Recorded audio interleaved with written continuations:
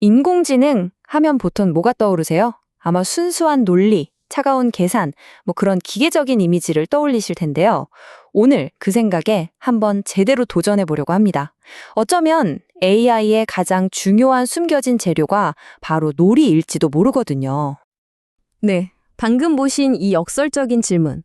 이게 바로 오늘 이야기의 핵심입니다. AI를 더 똑똑하게 만들려면 놀게 해야 한다? 좀 이상하게 들리죠? 지금부터 AI에 대한 우리의 생각을 완전히 뒤엎어버릴 이 엄청난 관점의 전환을 한번 같이 따라가 보시죠. 자, 이 큰 그림을 이해하려면요. 먼저 우리가 깨부숴야 할 신화가 하나 있어요. 뭐냐면 AI는 그냥 엄청나게 빠른 계산기일 뻔이라는 생각, 아주 딱딱하고 경직된 기계라는 그런 낡은 믿음 말이죠. 맞아요. 사실 이런 이미지가 아예 근거 없는 건 아니에요. 초창기 AI가 그랬거든요. 만약에 A면 B를 해라. 이런 식으로 미리 정해진 규칙을 착착 실행하는 데는 아주 뛰어났죠. 근데 문제는 정해진 규칙 바깥에 새로운 상황이 닥치면 그냥 속수무책이었던 거예요. 학습 능력이 없었으니까요. 한마디로 유연성이 제로였죠. 바로 이 지점에서 과거의 AI와 지금의 AI가 극명하게 갈립니다. 예전 AI가 정해진 지도만 보고 가는 로봇이었다면 지금의 AI는 아예 지도가 없는 미지의 땅에서 스스로 길을 찾아 나서는 탐험가에 가깝다고 할 수 있어요. 그리고 그 탐험의 방법이 바로 놀이인 거고요. 그럼 AI가 대체 어떻게 이 탐험가처럼 배울 수 있는 걸까요? 네, 계속 말씀드리지만 그 비밀은 바로 놀이에 있습니다. 자, 지금부터 이 놀이라는 어찌 보면 아주 단순한 개념이 AI 개발에 어떤 혁명을 일으키고 있는지 본격적으로 파헤쳐 보겠습니다. 가장 쉽게 이해할 수 있는 비유가 바로 아이들의 놀이방이에요. 한번 상상해 보세요. 아이들은 누가 가르쳐 주지 않아도 블럭을 쌓았다가 무너뜨렸다가 이걸 반복하면서 중력이나 균형 같은 물리학의 기본 원리를 몸으로 배우잖아요. 요즘의 똑똑한 AI들도 똑같습니다. 가상의 놀이터 안에서 수없이 많은 실험과 시행착오를 거치면서 세상을 배우는 거죠. 어때요? 이렇게 생각하니까 AI의 학습 방식이 좀 더 와닿지 않나요? 근데 AI한테 놀이를 시킨다는 아이디어가 갑자기 튀어나온 최신 유행은 아니에요. 알고 보면 굉장히 뿌리가 깊습니다. 무려 1940년대 게임 이론에서 그 싹을 찾을 수 있고요. 50년대에는 자기 자신이랑 체커를 두면서 스스로 실력을 키우는 프로그램도 나왔어요. 그리고 이런 아이디어들이 쭉 발전해서 오늘날 우리가 얘기하는 강화학습이나 겐 같은 기술로 이어진 거죠. 정말 오랜 역사를 가진 개념입니다. 자, 그럼 강화학습이 뭐냐? 핵심은 정답을 알려주지 않는다는 거예요. 예를 들어 강아지한테 앉아를 훈련시킬 때 앉을 때마다 간식을 주는 것과 비슷해요. AI 에이전트라는 녀석이 어떤 행동을 했는데 보상이라는 간식을 받으면 이 행동이 좋은 거구나 하고 배우는 거죠. 반대로 벌을 받으면 그 행동은 피하게 되고요. 즉, 이기는 방법을 하나하나 가르쳐주는 게 아니라 목표만 딱 정해주고 수많은 놀이를 통해 최고의 전략을 스스로 발견하게 만드는 방식입니다. 이건 진짜 재미있는 개념이에요. AI 2명이서 서로 속고 속이는 게임을 하는 거거든요. 한 명은 생성자인데 얘는 위조지폐범처럼 계속 가짜를 만들어내요. 다른 한 명은 판별자인데 얘는 경찰처럼 그게 진짜인지 가짜인지 기가 막히게 알아맞추려고 하죠. 둘이 서로를 이기려고 경쟁하면서 실력이 같이 쑥쑥 느는 거예요. 결국 위조지폐범은 너무 진짜 같은 가짜를 만들게 되고 우리는 그걸 통해 놀랍도록 사실적인 이미지나 글을 얻게 되는 겁니다. 정말 기발하죠? 자, 정리해보면 AI의 놀이는 정말 다양해요.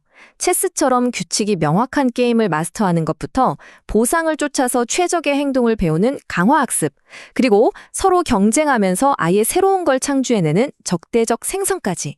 중요한 건 이 각각의 놀이가 서로 다른 종류의 지능을 길러낸다는 점입니다. 좋아요.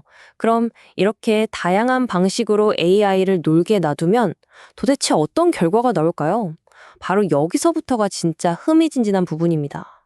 우리는 때로는 인간을 뛰어넘는 창의성을 목격하기도 하고 때로는 전혀 예상치 못했던 혼돈과 마주하기도 하죠.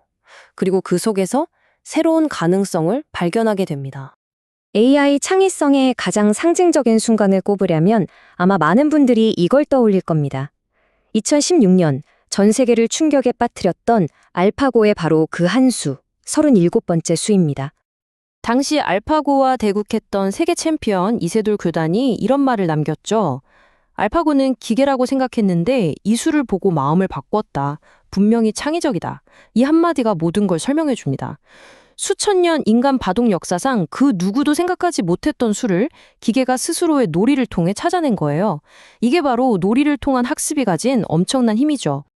알파고 이야기도 정말 대단하지만 이건 시작에 불과해요. 이제 훨씬 더 복잡하고 자유로운 놀이터로 한번 가보시죠. 오픈 AI에서 진행했던 한 숨바꼭질 시뮬레이션이 있는데요. 이게 AI가 얼마나 예측 불가능한 방식으로 똑똑해지는지를 정말 잘 보여주는 사례입니다. 이게 진짜 놀라운 게 뭐냐면요. 처음엔 그냥 단순한 숨바꼭질이었어요. 근데 갑자기 숨는 팀이 상자를 이용해서 자기들만의 요새를 짓기 시작하는 거예요. 그러자 찾는 팀은 경사로를 가져와서 그 벽을 넘어버리는 방법을 터득해요. 인간은 그냥 숨바꼭질 해! 라는 규칙만 던져줬을 뿐인데 AI들이 스스로 도구를 쓰고 협동하고 상대 전략에 맞춰서 또 새로운 전략을 짜내는 말 그대로 군비 경쟁을 벌인 겁니다. 정말 대단하지 않나요? 자, 이런 훈련이 단순히 기발한 전략을 만들어내는 데서 그치는 게 아니에요. 더 중요한 게 있습니다. 바로 예측 불가능한 상황, 예상치 못한 변수에 훨씬 더 잘 대처할 수 있는 시스템을 만들어낸다는 겁니다. 창의성을 넘어서는 두 번째 핵심적인 장점이죠. 우리가 보통 튼튼한 시스템이라고 하면 견고함을 떠올리잖아요. 웬만한 충격에 끄떡 없는 거요. 근데 여기서 한 단계 더 나아가는 개념이 있습니다. 바로 안티프레질이라는 건데요. 이건 충격을 받으면 그냥 버티는 걸 넘어서 오히려 그 충격 덕분에 더 강해지는 성질을 말해요. 마치 놀이터에서 몇 번 넘어져 본 아이가 다음부턴 더 잘 넘어지지 않고 몸도 더 튼튼해지는 것과 똑같은 원리입니다. 하지만 여기서 아주 중요한 문제가 나옵니다. 이렇게 자유로운 AI 놀이터 그냥 아무런 규칙 없이 마냥 내버려 둬도 괜찮을까요? 당연히 아니겠죠. 큰 자유에는 큰 책임이 따르는 법이니까요. 그래서 AI 놀이터에도 반드시 지켜야 할 규칙이 필요합니다. 이 놀이터의 규칙, 즉 윤리적인 안전장치에는 여러 가지가 있겠죠. 예를 들어서 AI가 인터넷에 있는 편향된 데이터를 그대로 학습해서 인종이나 성별에 대한 편견을 더 심하게 만들면 절대 안 되잖아요. 또 사용자들의 개인정보는 무슨 일이 있어도 지켜져야 하고요. 이런 안전장치들은 AI의 자유로운 놀이가 엉뚱하거나 심지어 파괴적인 방향으로 흘러가지 않도록 막아주는 아주 중요한 브레이크 역할을 하는 겁니다. 자, 그럼 이런 엄청난 가능성과 또 그에 따르는 책임 사이에서 미래의 AI 놀이터는 과연 어떤 모습이어야 할까요? 그리고 더 중요한 질문이 있습니다. 바로 그 놀이터에서 우리 인간은 과연 어떤 역할을 맡아야 할까요? 지금 우리는 소프트웨어를 만드는 방식 자체가 근본적으로 바뀌는 시점에 와 있어요. 예전에는 개발자가 모든 규칙을 하나하나 직접 코드를 짜넣었죠. 이걸 소프트웨어 1.0이라고 부릅니다. 하지만 지금은 소프트웨어 2.0의 시대로 넘어가고 있어요. 이건 뭐냐면 우리가 직접 정답을 코딩하는 게 아니라 AI가 정답을 스스로 찾아낼 수 있는 환경, 즉 놀이터를 설계해주는 겁니다. 패러다임이 완전히 바뀌는 거죠. 이런 새로운 세상에서 우리의 인간의 역할도 당연히 바뀔 수밖에 없습니다. 우리는 더 이상 단순히 코드를 짜는 사람이 아니에요. AI가 신나게 뛰어놀 수 있는 학습 환경을 설계하는 게임 디자이너가 되어야 하고요. 또 AI에게 올바른 동기를 부여하는 행동 심리학자의 역할도 해야 합니다.